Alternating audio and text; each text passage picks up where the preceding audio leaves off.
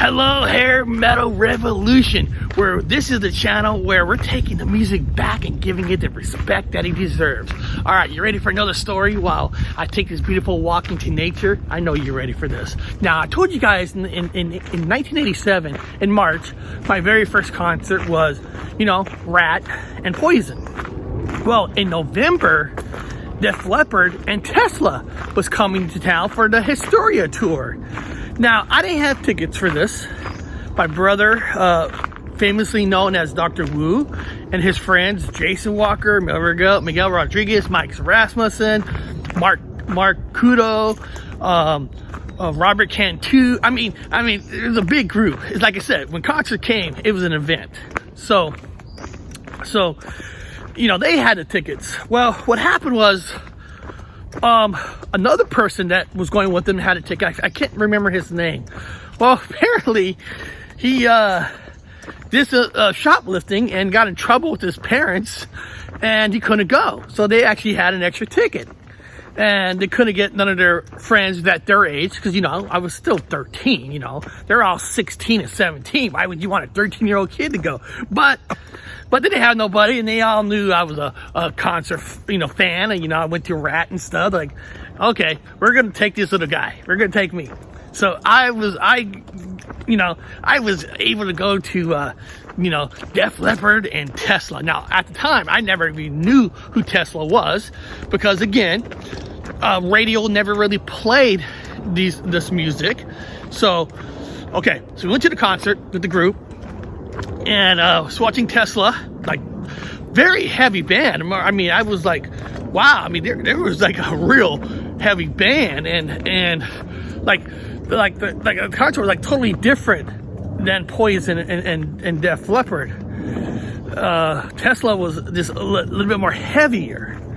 So Tesla, played. They left the stage, and of course Hysteria, that stage like in a circle, which that was just weird. It was like, probably never see like a stage setting like that again in my life. I mean, that was one of a kind. Okay, so through the Def Leppard concert, of course, you knew it was going to be great with the lasers. I mean, they used a lot of lasers and stuff, and Steve Clark. I mean, everybody. The band was just great. The band was just awesome. It was just great. It was just great. But this is where everything kind of took a weird kind of a turn. Okay, so the concert ended. Now when it ended, the lights went up, and I looked around, right, like, where's my brother? Where's everybody? They're gone. I'm like, okay. All right. Well, I kind of remember where they parked the car. I actually did remember. There was they had like a pole with the letter on there, and I remembered the letter H. So I remember I was walking out of the stadium by myself. I went to the parking lot, and the car was gone. Okay. They're gone. I mean, they're gone. I mean, it was all right. All right. So I'm just walking around, and there was like people, like, because like I said, they were having a party out in the parking lot, and I think a couple like, they're like, are you can't find your people? I go, no, they left. They'll probably remember you, and they'll come back. So I sat with this group. Didn't know who they are, but like I said, metal music is like a family. You're like a family, because a lot of people, it was 87 was still the year that it wasn't accepted yet, but it was getting close. It wasn't accepted by the mass media yet. So we were eating. I would eat like hot dogs, just sitting there, and like, not really worried. Like, how am I going to get home? Because, we were in a small town, Kerman, right outside of Fresno. Like, it's 10 miles away. So I'm probably there for about an hour and a half. Everybody's just talking about the concert. Everybody's having a good time. You know, there's drinking. You know, there's some drinking, some warm up stuff out in the parking lot, and then it was getting closer. Everybody's packing up, and then all of a sudden a car comes up, and a voice comes out, and it goes, "Eric, is that you?" And it was a guy named Gavino Cantu. He was the bigger brother of Robert Cantu, who went to the concert with the group I came with. He goes, "Where's everybody else?" I go, "I don't know. They left me." What? Well, come on. We'll take you home.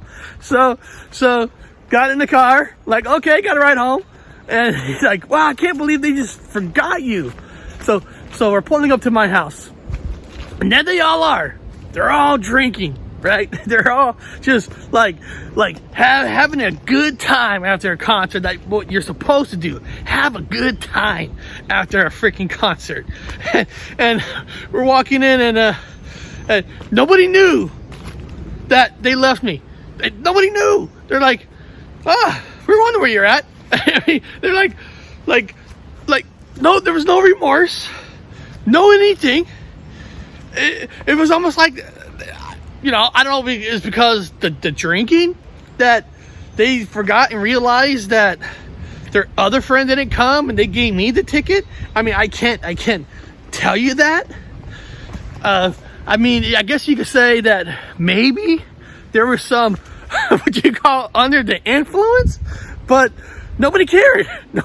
Nobody thought, you know. And thinking back to this day, what are the chances of one of the brothers just saw me in the parking lot, recognized me, and picked me up? Was it faith?